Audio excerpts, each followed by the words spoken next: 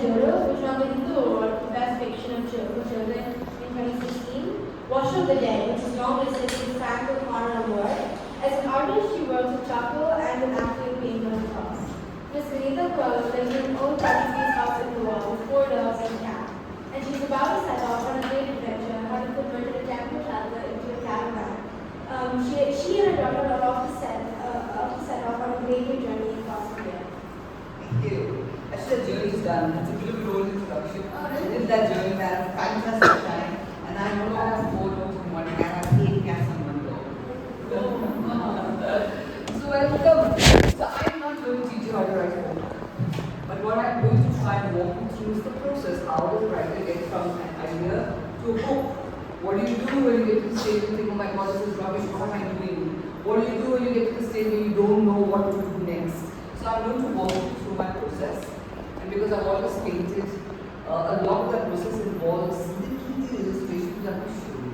So I'm really excited to share my diary. It's the very first time that I'm sharing all of this in public. I don't normally do it, I'm pretty shy about it, but we do it.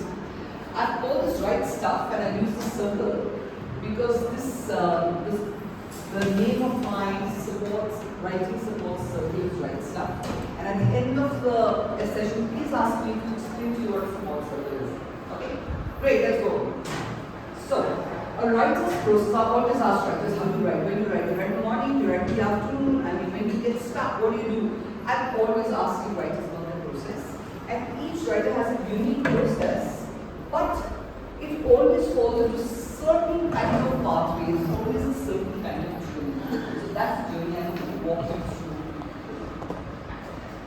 Okay, and even if you go online and you look for how to begin as a writer, the first question they'll ask you, is moving there, not there?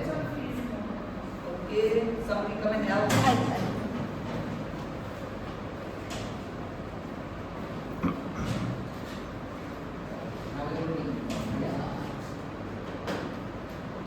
The first question will be asked, are you a plotter or are you a pantser? What's a plotter? What's a pantser? So a pantser is someone who writes by the seat of their pants. They sit down and they start writing.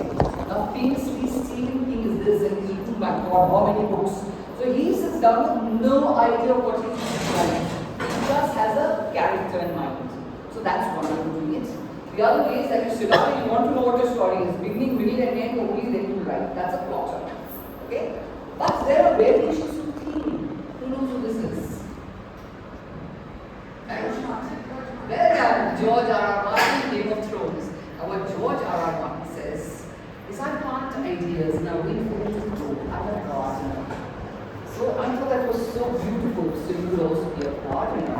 You're trying to figure out what kind of writer you are. And everyone knows who this is? Yes. So Pirates of the Caribbean is a book series that's it's based on a book series written by a guy called Tim Powers. And what Tim Powers says when you ask him to describe what he is as a writer, he says, I build fantastic edifices. I'm an architect. Okay. So that's what you range. And before you sit down to be a writer, you don't necessarily know. But in the process of writing, you discover what you are. And this is what I say to all writers who say, I want to be a writer. I say, what are you writing? I'm planning to write. I have that. The only way to be a writer is to write. Because in motion, you discover who you are. And if you don't discover who you are as a writer, you'll always be struggling. Okay? It's when you get past your first book is a biggest learning experience. When you guys get past your first book, you know whether you're a plotter, a pantser, a gardener, or an architect, or something maybe entirely new. Okay. For me, how does a book start? For me, it always starts like this. It always starts with an image, and this is the image with which the book I'm currently writing started. So I got the Neev Fellowship for this book. It's called Milk Sister. It's set in medieval Rajasthan, and it tells the story of 2 milk sisters. Milk sisters means when you're not related by blood, but you use the same mother as fairy milk. So milk sister, one is a princess, one is a servant. And when the Mongol hordes come pouring across India, these girls get picked up. And then they have to survive being part of the Mongol horde. Okay? But it started with this image. I saw in my mind 2 young girls holding hands, and on one hand there was Venita, that's a nice image. In a while, a second image will pop up, and a third image will pop up. And I literally start trying to figure out what the story is between these images. And that's why I always wonder when the stories are waiting for us to stumble over them. Because they come to me in images, and I have to make sense of all of them. So this is how it starts for me. And the period, so when these first few images come, how do I develop them? I call this time the dream time. And what I do is I take lots of walks and I let the ideas, the characters, the thoughts and the, oh, maybe we should have a throne. Would I put a title in the book? All of this keeps coming into my mind, and this is the dream time. Okay? And this, I also teach workshops on being creative, and let me tell you, if you keep the hands and the eyes busy, the ideas will come. What happens if you have the right side of the brain, which is always trying to organize things? So you barely got two ideas, it's trying to organize it. You should do this, you should have beginning, middle, end. And this is the wrong time to do it. This is literally the dream time. When you must imagine, you must have fun. And the best thing that you can do is walk. Long walks help. Take your idea for a walk. It has to be at least a 20-minute walk. What works for me, but try it. Take your idea for a swim. Take your idea for a bath. Somehow being immersed in water in some way releases a lot of ideas. This is what I do. When I'm thinking, I'm walking, and my dogs love the dream time. As I get taken for walk, after walk, they do like 5 walks in the day. So this is what you do, and your idea starts to grow in your head. And finally, you've got enough of it that you're like, okay, I have an idea of what my story is. Now the thing is, while you're in the dream time, you've got your idea, you're sort of kind of ready to put it down. How do you know that an idea is a good idea? The truth is you never know. You never really know. You have to give that idea time and space to breathe, and you will know. Okay? I have lots. I also say that what would I use as a writer if you can't come up with 5 ideas in a week? Everyone can come up with ideas. The writer is the person who takes that idea and makes it into a book. It's the process that makes a writer. It is not the idea that makes a writer. And if you're a writer, you should have notebooks full of ideas. Now, watching TV, oh, this is so bad. I could do better. I could do a really great way. I'm reading a book. What a fantastic thing she did for the fight sequence. Ah, that's a thought. So I have lots and lots of books in which there are lots and lots of ideas. But some of those ideas, for me, the test is the ideas to stay with me many years. Sometimes it's years before I write it down, but that's one thing. It keeps coming back, keeps coming back. The second test I do is I start writing. And normally it is an idea that doesn't have legs. Within 5,000 words, I'll be like, and sometimes I'm completely wrong. So all of me is my last book that has done very well. I literally wrote 10,000 words of all of me, said this doesn't work, this is nothing. I put it away for 5 years. And 5 years later, it just kept coming back to me. It kept insisting, I will write to me, okay, I'm better, I've grown. Because ideas also grow. In the years you grow as a person, you have new experiences, you start approaching things differently, your ideas shift. And then the time for that idea is right. Never throw away an idea. If you can't use it today, its time might be 5 years down, 10 years down. When you're a writer, you have to really think long term. You know, writers' ideas, you can work on them 20 years from now. So never throw away an idea. You have to be prepared to let many go. In all those, I've got literally dozens. So when COVID started, I was like, oh my God, am I dying? No, what book do I have to write before I die? And I took out all these diaries and went through all my half-finished work, this work, and I decided there were 7 books that I had to write before I died, which is great. So now I have written 3 of the 7 books, and in the meantime, many other books have come along. So this is unfortunately the expanding list, but one good way is to think of what book should I write next, which story do I have to write before I die. This has to be out in the world. It's a great way to choose. Okay, so I'm always a plotter. This is because I came out of television and film. I still write television and film. So when you wrote a television episode, it was 22.5 minutes long. Why 22.5? Ads. No, ads and credits. Okay, so 1.5 credits, reds, ads. And what it was broken up. So at 7 minutes you have to have a big time. Something had to tell the story. Somebody got arrested because we happy people to come back.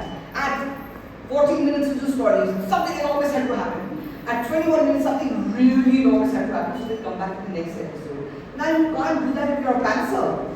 You can't sit down and say, I'll write in my episode, so you literally have to plan. This scene will be 2 minutes long, this will be 1 minute, this will be 3 minutes, and here's my bag. So that habit is staying with me. It's when I sit down, I like to plot. So I start with 2 things. For me, to get started, I have to know my characters a little bit, not totally. I mean, people write elaborate character notes, but what I write is an I am note. I let the characters tell me who they are. Now, unfortunately, I couldn't find my I am notes for Milk's sister, but Tara, there are 2 sisters. One is a princess, who wants to be married, she wants love, she's very delicate, she loves singing. Other sister is a servant girl, is a toughie. She has been brought up the hard way. She says, yeah, if they put a sword in my hand, I become a soldier. So the I am note says that I am Tara. That's not really my name, but nobody remembers who my name is except me. I am the star to her moon. Whenever we play together, she's the one who plays bride, and I'm the one who plays soldier. So now the character actually tells you who they are. So please try this. Say, I am your character, and let them talk to you. It is a wonderful way of getting under the skin of the character, and you will be surprised. The character started telling me things that I didn't yet know. And you can act this out, you can walk around, you can do the voice, but an I am note is wonderful. So once I've got an I am note for my characters, I start with a 1 line. And this is what a 1 line looks like. And that was right here, I think. Yeah. So I take all the scenes and what happens and this and that, and I put it down with 1 line for each.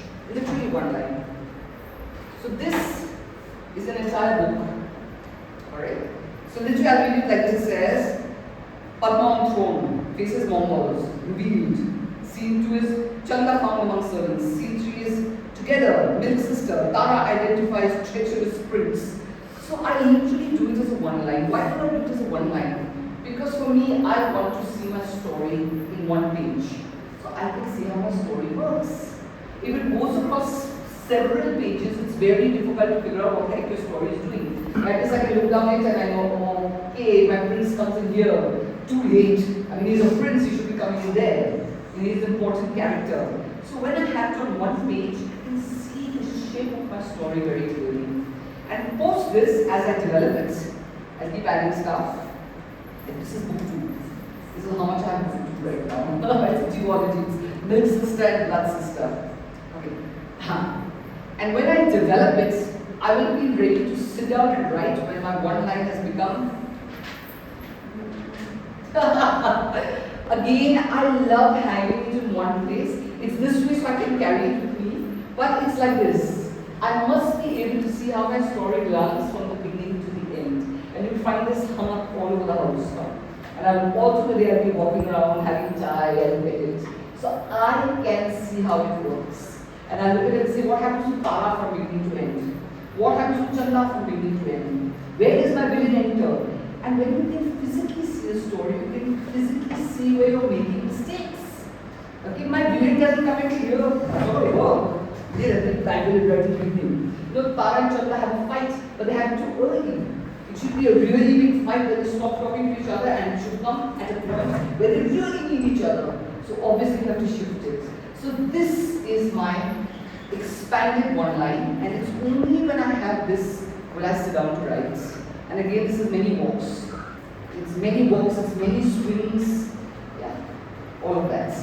Driving is also fantastic, I mean, for those who are grown up. When you drive, basically your left side of the brain is completely engaged with gears, etc. Your right side is coming up with ideas. Okay. So for me, my process is I have to feel it, I have to draw it, I have to hold it. And one of the first things I do, which is very exciting for me, is I choose a really exciting notebook. I have 2 tons of notebooks, but I always need more.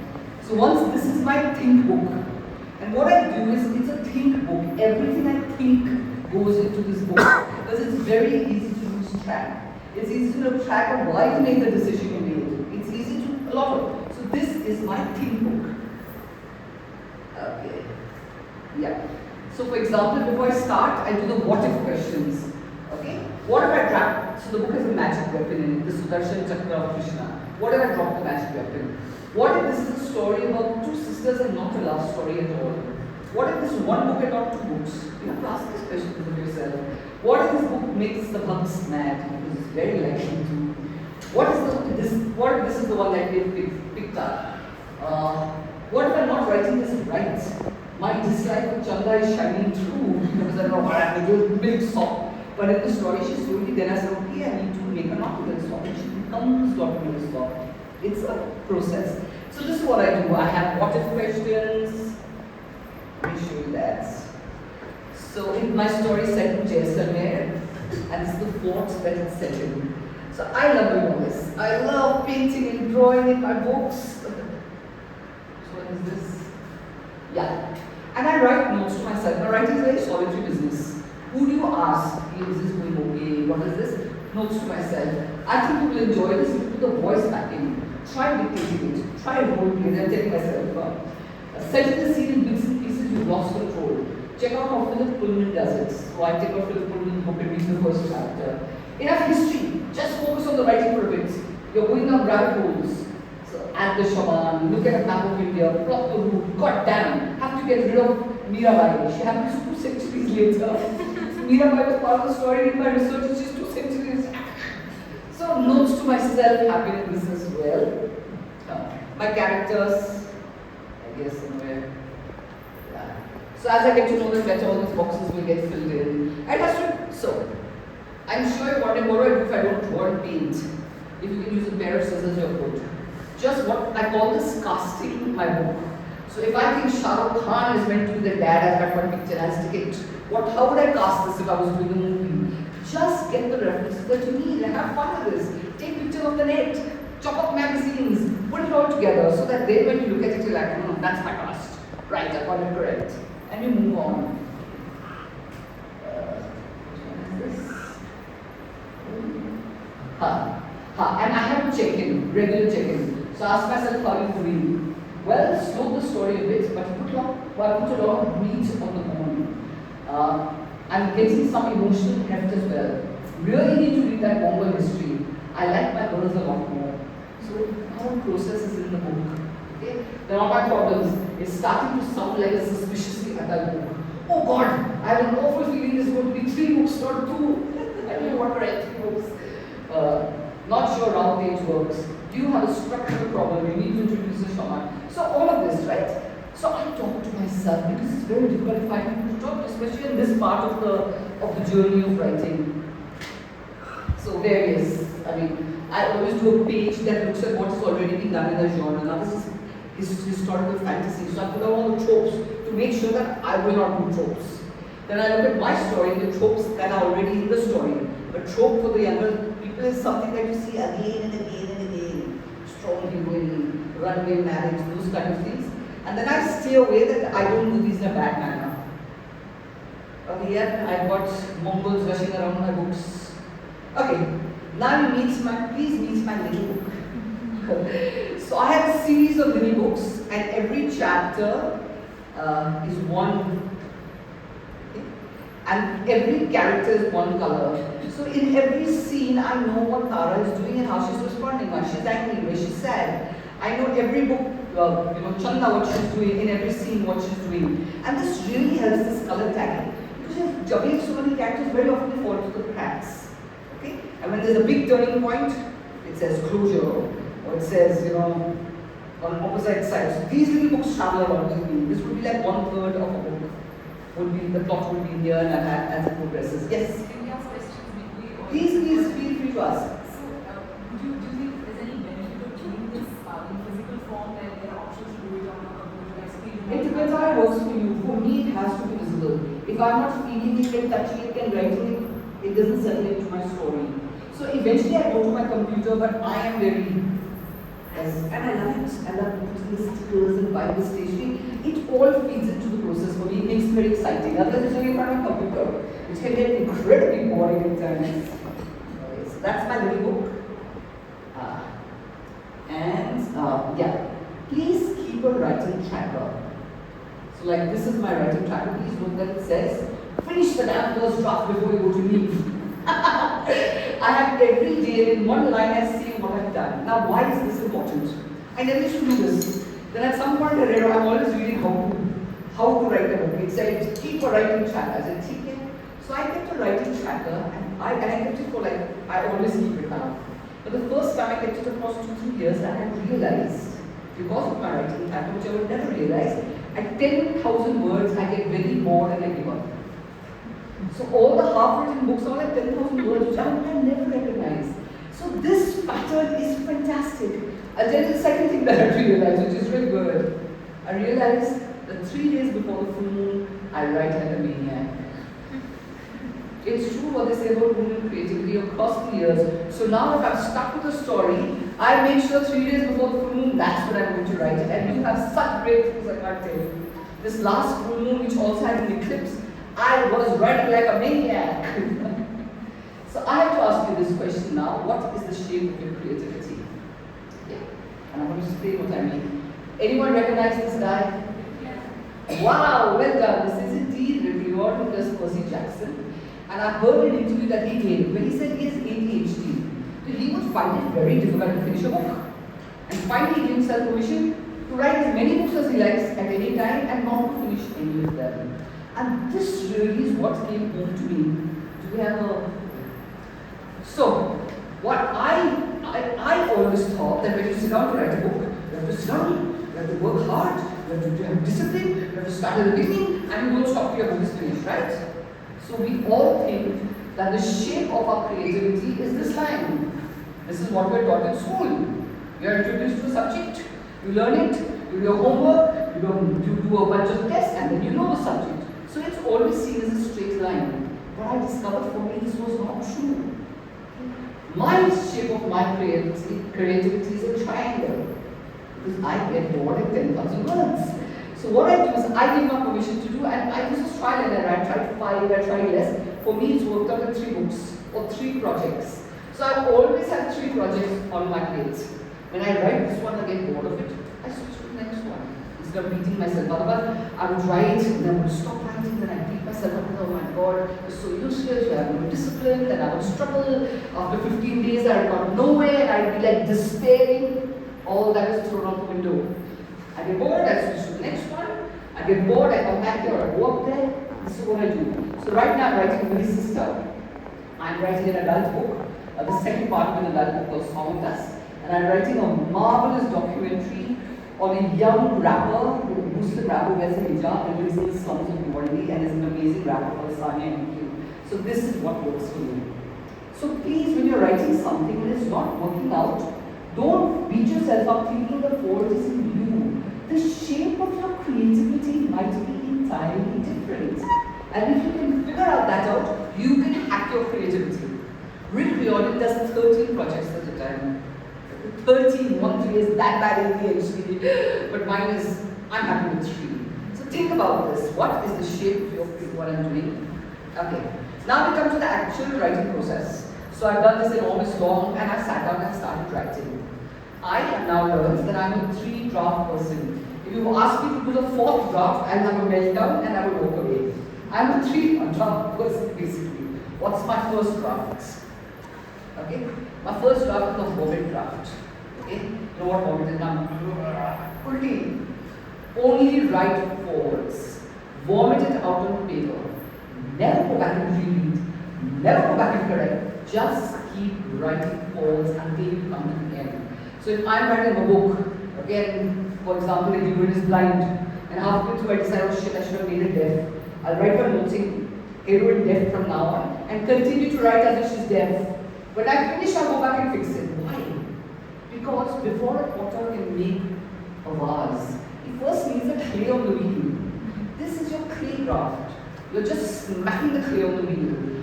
And you cannot get anywhere until you've got that whole thing down. Good, bad, ugly, it doesn't matter. And what's wonderful for this is NaNoWriMo. I don't know if you all have heard of NaNoWriMo. National Novel Writing Month. This has been started by the Americans, who of course have do-it-yourself for everything. So every November, people from around the world sign up to their website and you race to finish your first 50,000 words. And every evening you share your word count, you ask people, I'm stuck here. They have writers coming in, giving lectures online of how to keep going. They have tips, they have videos, it's fantastic. fantastic. You feel like you're part of this entire community. So I have done a lot of first drafts at NaNoWriMo. But for that month, I just got my butt on the chair and wrote.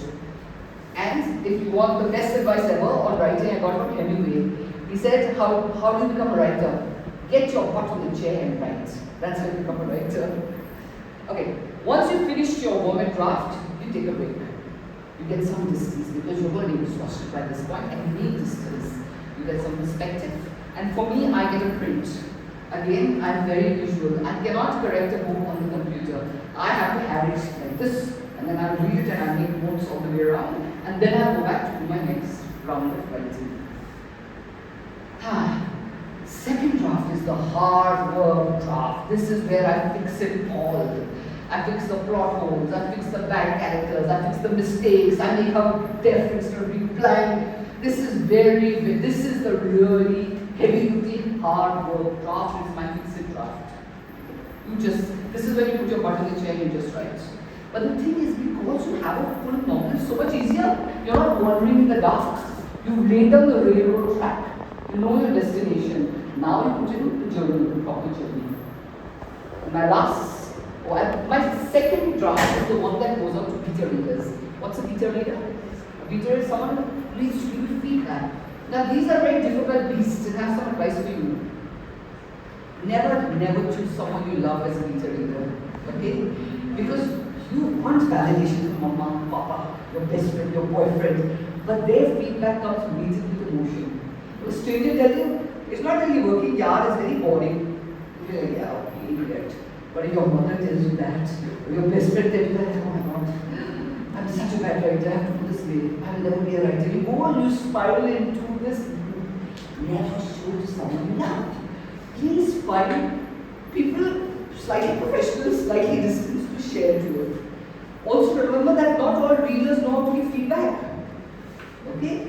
Many people will read and tell you what they think it should be. That is not feedback. Feedback is they understand what you're trying to do and tell you, oh, it's not, you're not quite managing it here. Right? So please be careful. Find the right people, give them clear instructions. I found if you don't tell your beta reader what you're looking for, you get all kinds of weird feedback which will drive you mad. So I'm very clear. I'm looking to see whether my voice works. Please let me know the points at which it dips and becomes boring. Please tell me X, Y, Z. Clear instructions. Okay. So having got all this feedback, we go. So this was no creative child abuse, please. So the person who writes is always a little child sitting down to play with the story. And this little child, abusing this child is very easy. You can say 3 words and the child will be heartbroken and write again. I can't tell you how many times in creative workshops have people say, my teacher said, and the teacher said one sentence and that child has never drawn again. The child has never written again. That child has just given up on the idea that they're intelligent. My father said, my mother said, please nourish and cherish your inner child and don't take this rubbish on board. You know, and they say that writers write out of a wound, and very often it's a creative wound. You were told you weren't good enough, you were told you couldn't do this, and now you spend your entire life trying to work that through. But this is a tough one. But please try and protect yourself from this. Don't take bad feedback on board. My third draft is my fun polished draft. It's easy peasy. I spice it up, I polish it. And what I really concentrate on this point is voices. Now what does a voice mean? See, when someone comes to your book and they start reading, they're not reading story, they're not reading plot, they're reading a voice telling them a story. And the voice can tell them a story like, you know what happened to me?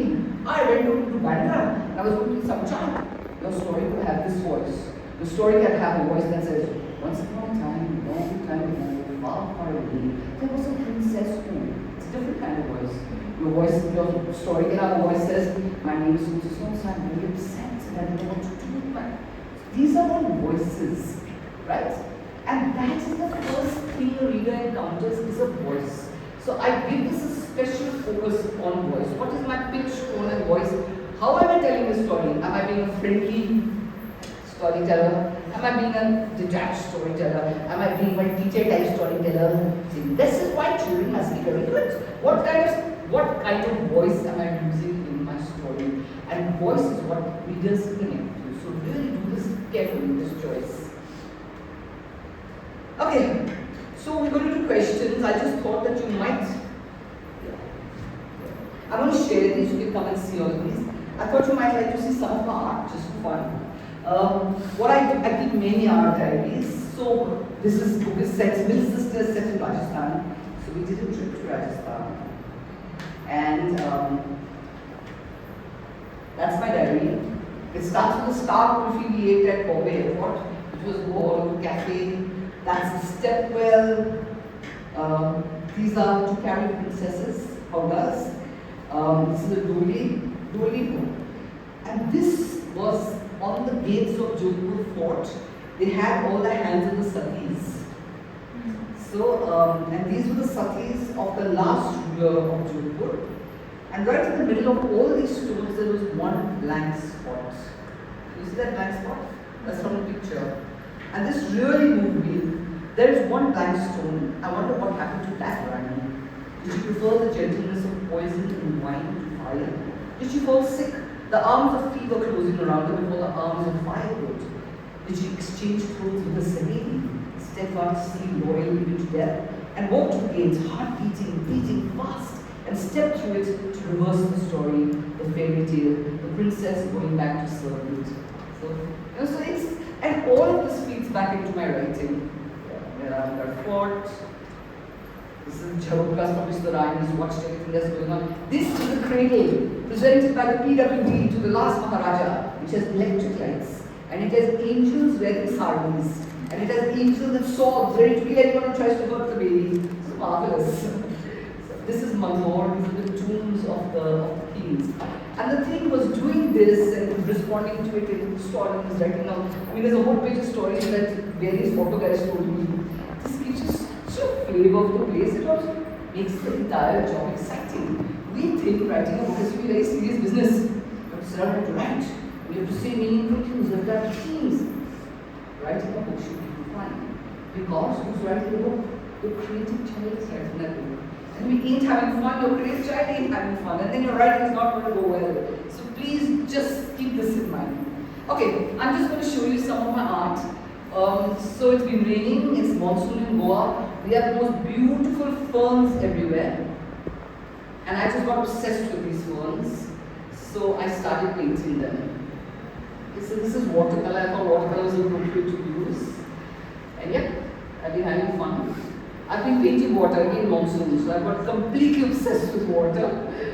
Yeah. And yeah, these are leaf prints done with paint on the leaf in Rupatak.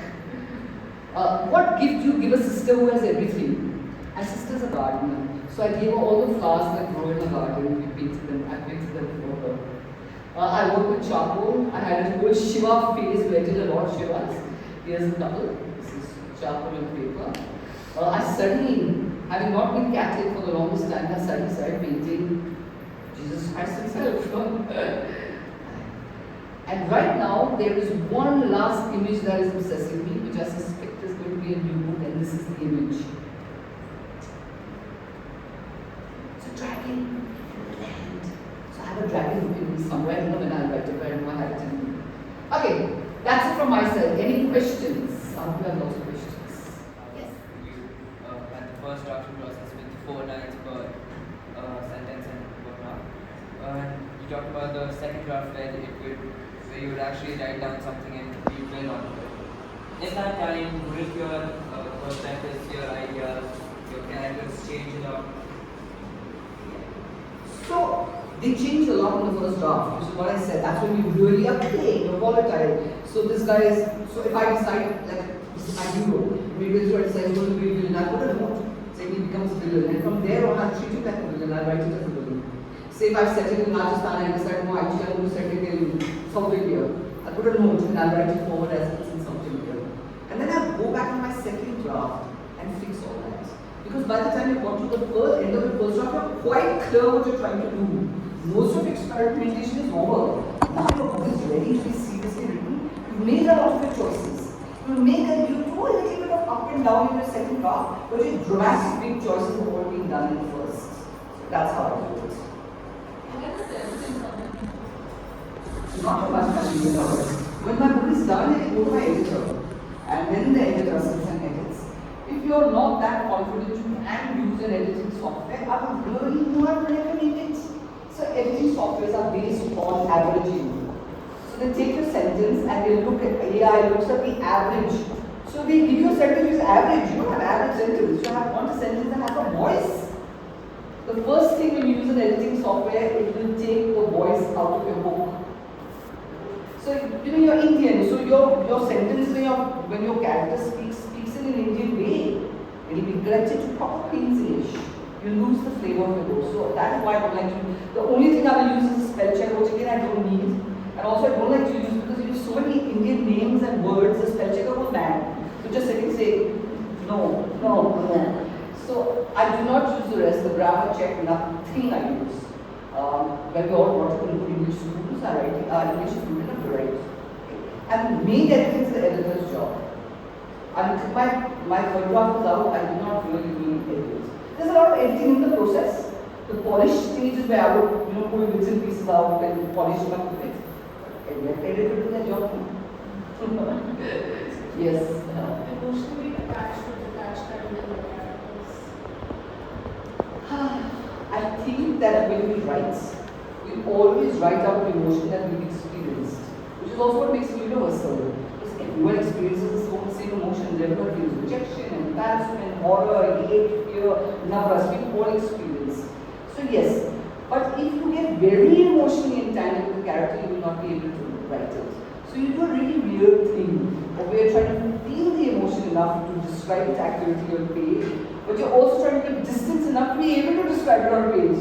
And it doesn't suddenly become a venting session or a psychiatrist session. It's a very difficult, and I let myself be extremely emotional in my first draft. My first draft is like, it's as messy as it comes, throw it all in. But in my second draft, I will be very objective. Second draft, I put on a full writer's hat and step back and say, okay, act, chop, rewrite, do. So the first draft is anything goes draft for me. And that really works because sometimes that emotion is wonderful, but you shape it in draft too.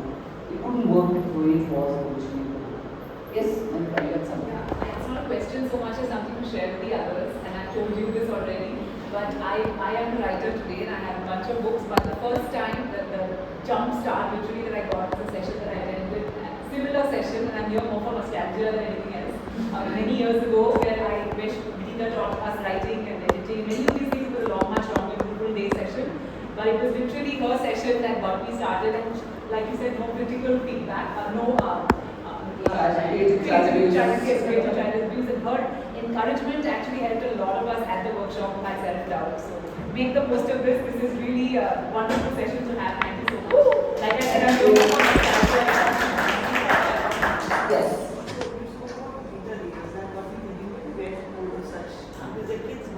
Yeah. How can they access meter readers? It's a very tricky question, so I don't know how it works with kids. And I would really not like kids to give to people of authority. Because what are people of authority very addicted to? They are addicted to a red pen. They take it out and say, oh, spelling, oh, this sentence, and then the kid goes, push. Yeah. You first need to encourage, say, wow, actually, for a kid to sit down and write even a page is a massive effort. It should be rewarded, it should be acknowledged. First you need to say, wow, that's fantastic. Now how can we fix this together, or what will you try to do, and how can you help you? So I don't know when kids go for this kind of help. Quite honestly, I hate writing workshops that are out there for children. Mostly they just teach them this form. They teach them the Joseph Campbell's, the hero's journey as a formula. It is not a formula. It's like this magical, mythical, amazing thing that as you use it as a writer, you slowly understand what a thing this is. They teach them all shortcuts and they give them very bad habits as writers. So I never teach writing workshops for youngsters. I discourage everyone, all youngsters, to go for writing workshops. Because when you're a young kid, you're actually ready to work. You have to play, you have to have experience, you have to experiment. As a young kid, if you really want to be a great writer, what you have to do is read. Which every book you read, you're getting a lesson in writing. And when you read a book that you hate, that's the biggest lesson, because now you know what you don't want to write. So, I would not try and put a child into a structure where they write and they get feedback and they rewrite. Don't do it. No, let them play, let them play, let them play until they come to a stage where they want to take it very seriously. You know, as parents, when you push our kids, that's creating child abuse. We're trying to get your kid to write a book really quickly, and that's happening all the time these days. That kid will write that book, I can guarantee that damages the writing for the rest of their lives. Because there is a time. Each in its own season comes to rightness. Yeah. How long does it take? So, my first draft is normally about 2 months. My second draft is 3 months non-stop. That's when I write like solid, yes, done and right. And polish draft is like normally 15 days, 1 month maximum. That's my kind of cycle. And then I'm really done. I hate to go back and redo stuff. And if you've done your job right, you shouldn't actually have to go back and redo stuff. Because you've done it thoroughly enough and you can do it. Yes. At least in today's time, your writing, censoring your writing is something that I find I do. Because will this be politically correct? Will this be, given the political environment, let's say, just an example, I have a character in my book who belongs to a certain community, and he is the villain, he is the antagonist. And I'm not trying to stereotype, it just happens to be a person from that community. But then I'm thinking, is that sending wrong message to the child? And stereotyping. So does that affect your writing and what do you do about it? See, I think it moves us as writers for children. Because we're actually showing them what a hero is. We're showing them what values to stand for. We're showing them what empathy looks like. It moves us to be sensitive and think deeply before you put in a character. That's why I always do the stereotypes and tropes page, because that's what I'm trying to be aware of. I think you should think. I also think it's a personal choice. Some are willing to fight the good fight, like Kripa's book, Art Has a Voice. It's like standing up to the government like this, So you have to be clear who you are. Are you that kind of fighter you are? Put it in. If you're not, and you want to be the lion, you don't have to be. Not everybody has to be this chalo, aja, I think you have to be. So what do you stand for? What are your values? You shine through your book as well. So I think you also have to be aware of who you are when you're making these choices. Yes, anything else? You have to tell us what support circle is. So, as an adult, my beta readers are my support circle. So, my support circle is me, Vaishali Shroff, and Jane D'Souza. They're also writers and kids, and people are like, yeah, we're writing these vacuums. So, we made it a WhatsApp group, and everything that we write, we share with each other, and we chat it through. So, Jane will send me a message saying, yeah, I'm not getting the one sentence done today. I'll be like, okay, what can I do? I'll send you a hug. Oh, thank you for listening. I'll try to write. So we're literally a support circle that daily on a daily basis we're sending messages up and down, and it has been wonderful. It's not even about reading our work. Reading our work is good, we're all in progress, but it's this daily support. When you reach out and say, I'm really stuck, man. I have this character and I don't know whether I'm bold enough to put it in because the bugs are on the screen. And they're like, don't be stupid, just do it. You're kind of writer, we should do it. So this support circle is marvelous. So keep it small, but if you can find like 2 other writers who are on the same page as you, who share the same values as you, much more than the writing skills, it's the values. And if you can set up this kind of daily interaction, it's wonderful. So I have a writing support circle and an art support circle. There's me and 2 other artists who every evening get on Zoom, and for 1 hour we just paint, each in our own places. And it has been marvelous. Because you're painting Sally, I'm talking with watercolor, I'll help you with this, try this paper, just chatting about where they are in their process. One of my artist friends, Vivian, is she uses art for protest. So right now she's doing protesting the cutting of the trees for Moreland Forest, and she's doing this. So they're actually stitching giant stories of protests, which children have told them of how they relate to it, the trees and birds. So we talk about this. Being creative is a very lonely business. You must find your tribe. And luckily, Zoom allows us to find our tribe wherever in the world they are. And nothing will feed into your writing more than having a supportive structure like this, a support circle. And these become such strong friendships, it's amazing. So do find a support circle, guys. My strong advice. Yes. I'd like to ask something about the sketchbook.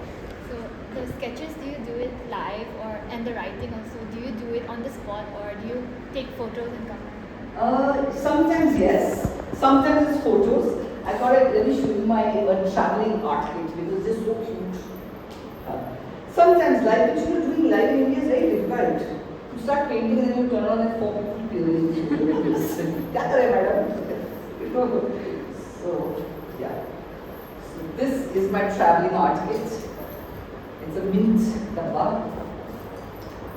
My paints. My brushes. I have to cut the butts off to make them fit in here. But that's it. This is my traveling art kit. So sometimes I do live and I would love to do a lot more on the spot. But in India it's particularly difficult because it's such a large population. Half that population is standing here and watch what you're doing. Like, I do this. So yeah, a lot of it tends to be of references at home.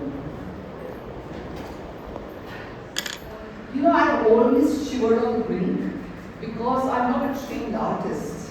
But there is, so as a writer, you read a lot. I read a lot. I read like a book a day. I'm just a voracious reader. Like 300 books in a year is, I do it. And in all this volume of reading, in all these years, there are only 4 stories that I have come across that have made me go, oh my God. So these are the stories that I want to do 4 little books with these 4 very seminal stories. And those I want to illustrate myself. And I want to do it with charcoal. So that's at the back of my mind. But I need a lot of support from my support circles to do it because I'm really nervous about it. So shall I tell you one of the stories? Would you like me to end on a story? Okay. So I teach librarians on how to tell stories excitedly and how to teach other kids, and they all ask me, how do you tell a story? So I said, this is how you tell a story. So once upon a time, long time ago, there was this laborer. He used to be a carpenter. All day long he worked, and he sweat a lot, and he was illiterate. He did not know how to read. He got married. He got married to a woman who knew how to read, who was very elevated, who had a lot of culture, and she was like, I got married to this idiot. He comes home smelling of sweat every day. He can't read. What an idiot. So she decided now she's got to transform him. Like all the people think, now we'll get mad and now we'll change him. So in their village, there's a troop is coming to tell the story of the Ramayana. So she tells him, you go and you hear the story of the Ramayana. It's happening across 3 days. So he says, all right, he's top tired, all wants to sleep. So he goes there, he sits down. And the Ramayana performance is happening and people are saying, he's so tired. So he lies there and goes to sleep. He's lying there sleeping, so some kids come along and they sit down on him. And they watch the Ramayana. He wakes up in the morning and comes up and says, how was it? He said, it was very heavy. I said, oh yes. He's learning something, he understood it's very heavy. So next day he goes back. I'm very tired, what is happening? He's sitting there watching. Again he goes to sleep. He's snoring.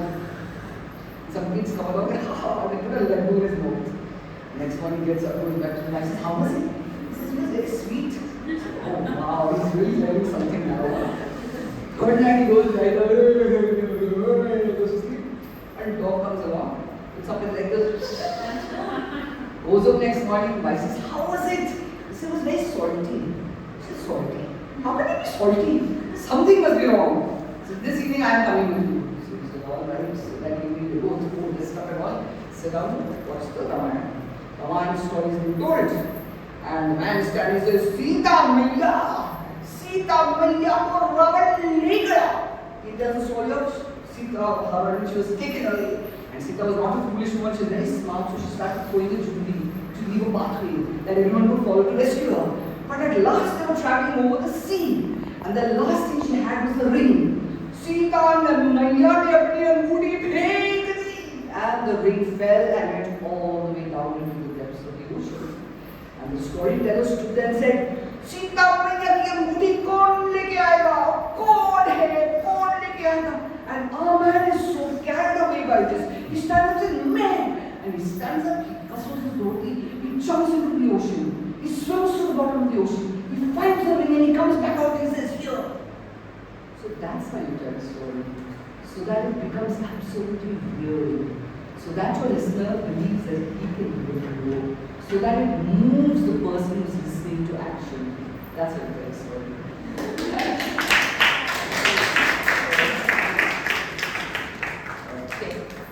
You had a question. scenario. You put up your hand and then somebody else asks. Okay? No problem. Last chance to ask questions, otherwise we're going to wrap up. Okay, I have a book. So, there's other book I read, two other books I wanted to share with you. I'm so tired of scrolling, and I'm so addicted to scrolling, and I'm so trying to break this habit. So I took myself a little book that's called Brain Detox Book, and every time I start scrolling, I go, ugh, and I try to create, think, write something in my book, and it's so difficult. Only one title out of three I manage. So this is the original what I want to do, and it's written as a poem going round and round. That's 5 minutes. 5 minutes I want to do, not scrolling. Then it's got my views on Picasso, which are not very good. And various things. I designed a new house just for fun. I drew my cat.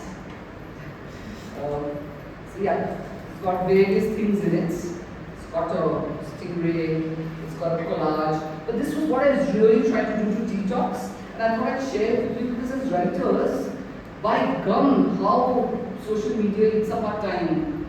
So this is my little book which you might like to see, my Brain Detox book. And I always keep a diary. Again, it's something I shared for the very first time. It's very personal. But yeah, it's a little bitty diary. And these are all small, so I can carry them. And also I find, for me, when I'm doing little art, it's not intimidating. And I do a lot of my art starts here and then becomes a big thing. But it starts here. So then I get a little courage to go bigger. And that's, it's kind of a thought for life. If you want to write a book, try a poem first. Start small and give you courage enough to get bigger. So that's what my personal diary looks like. I was thinking about consciousness actually. So these are little diagrams about consciousness and yeah. So if you would like my cat and my dog, one of my cat, many cats and one dog, consciousness, one golden beautiful of the tree of life. So it's full of all things, monsoon and water. Just things that fascinates me, mosquitoes. The art of putting mosquitoes in here. Things that fascinate me, and these little diaries, when you're stuck and you're struggling, when you go back to these diaries, the way they can restart kickstarting is, I got fascinated by honeybees at one point. So honeybees are in there.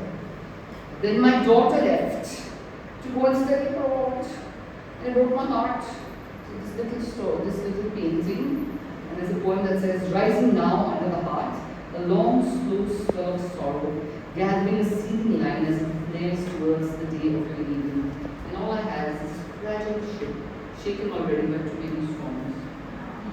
But she's fine, we're doing fine. I actually didn't miss her that much. This is Gaza. I mean, it's an angel weeping, and the poem says, to whom shall we tell our sorrows when we the angels weep? So, these little diaries like these, when again you're trying to connect to an emotion, sometimes these help. Your emotion is there, the immediacy of what happened is there. It can really help you reconnect with your life experience. So these are all here, and please feel free to see them. Yeah, here you go. My travel diary, which is lots of stuff. All the travel. So yeah, my theme book. Please, last 5 minutes, enjoy. Thank you so much.